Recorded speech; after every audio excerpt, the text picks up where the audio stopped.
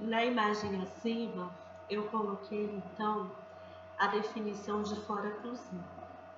O livro que eu usei chama O que é a loucura, de um psicanalista chamado Darian Lieder. E ele fala sobre loucura, delírio e sanidade na vida cotidiana. Por que ele escolheu dar nome ao livro de loucura? Justamente porque existe uma confusão, como se a psicose fosse algo muito distante ou mesmo algo muito perigoso. E foi essa a imagem que nós fizemos em relação às pessoas chamadas de loucas. Então, se alguém tem delírios, tem alucinações, ouve vozes, vê coisas que não estão ali, existe essa ideia de uma loucura. Como nós vimos na aula anterior, o diagnóstico em psicanálise, ele tem a ver com a escuta dessa forma singular de se expressar, dessa forma singular de se relacionar.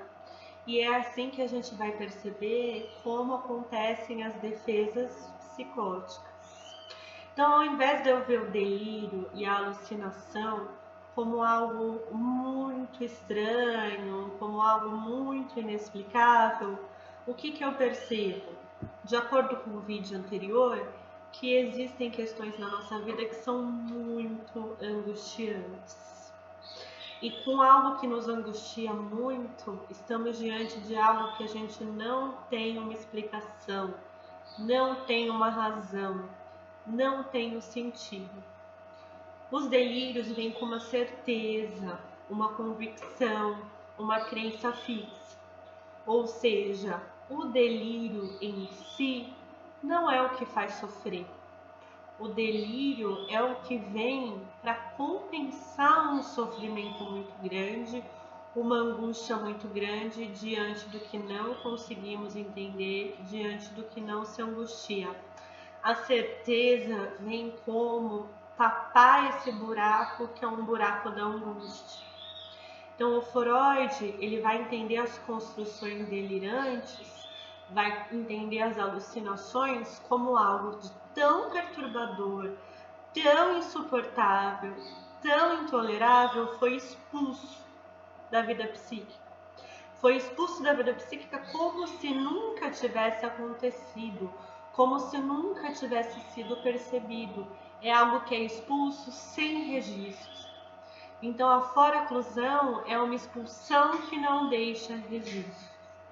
E quando a gente fala sobre loucura, esse enlouquecimento, tem a ver com a ausência de simbolização, a ausência de registro. No dia a dia nós usamos expressões assim: isso que eu estou vivendo é enlouquecedor, essa situação está me deixando louca, é muito louco tudo isso.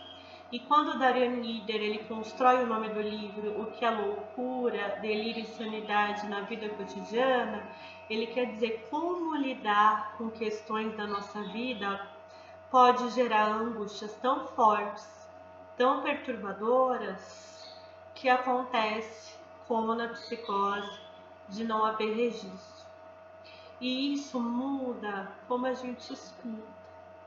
Isso mostra que na perspectiva psicanalítica, em saúde mental, a gente não vai olhar para o delírio meramente como algo a ser corrigido, não vai olhar para a alucinação como algo a ser eliminado.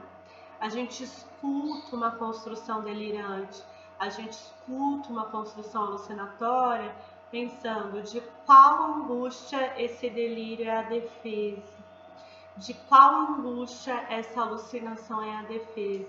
Como foi a história de vida dessa pessoa que ela passou por situações tão perturbadoras, de angústias tão intoleráveis, que teve essa construção. O importante, então, para a gente, na nossa escuta, perceber que pode ser um quadro de psicose é essa estrutura de certeza. A forma como a pessoa se defende se organiza em termos de algo que ela tem certeza que acontece.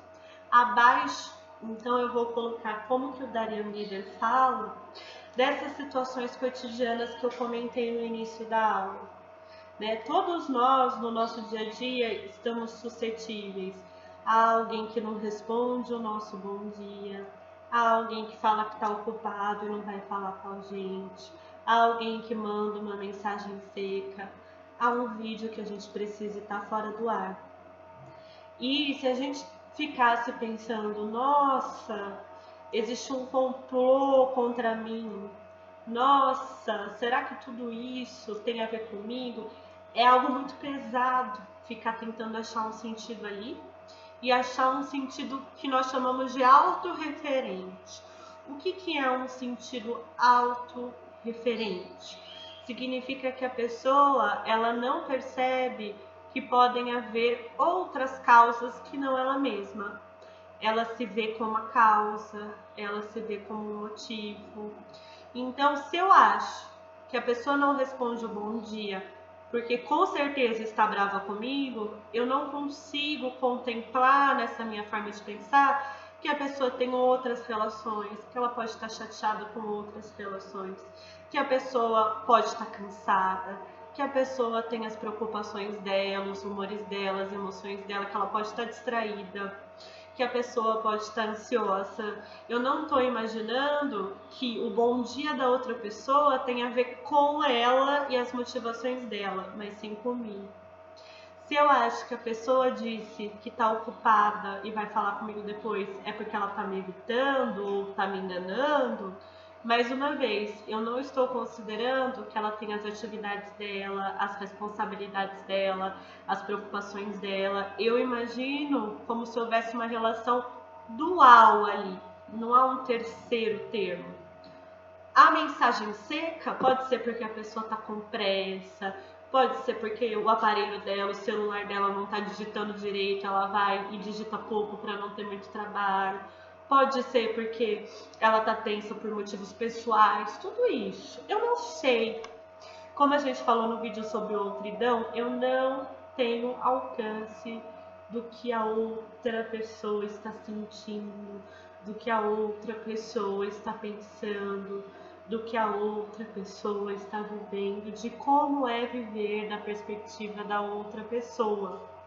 Só que enquanto na neurose nós temos esse terceiro termo, o que a gente chama de terceiro termo? É o ímpar. Existe eu, existe você e existe o outro para você, que são as outras pessoas, as outras atividades, as outras ocupações, os outros interesses, as outras emoções. Não existe só eu e você, existe o eu, existe você e como é o mundo para você. Na psicose, a gente fala então que há uma relação dual, como se as suas reações tivessem a ver comigo, o que você disser necessariamente tem a ver comigo, seu jeito de olhar necessariamente tem a ver comigo, aquilo que você disse necessariamente tem a ver comigo. Vocês percebem? Né? Então, a pessoa fala algo assim, vamos imaginar uma frase dizendo assim: ai, que horrível o dia hoje. Se eu tô ouvindo de uma forma neurótica, eu vou ouvir, tem a pessoa dizendo que tá horrível o dia. Será que aconteceu alguma coisa horrível no dia dela? Será que alguém a machucou, a decepcionou? Será que alguma coisa não deu certo nos planos dela?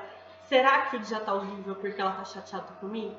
Eu também posso ficar insegura imaginando que é comigo, mas eu também imagino que além de mim, há outras pessoas, outras atividades, outros interesses, outras preocupações, que é o terceiro, eu, a pessoa e o mundo.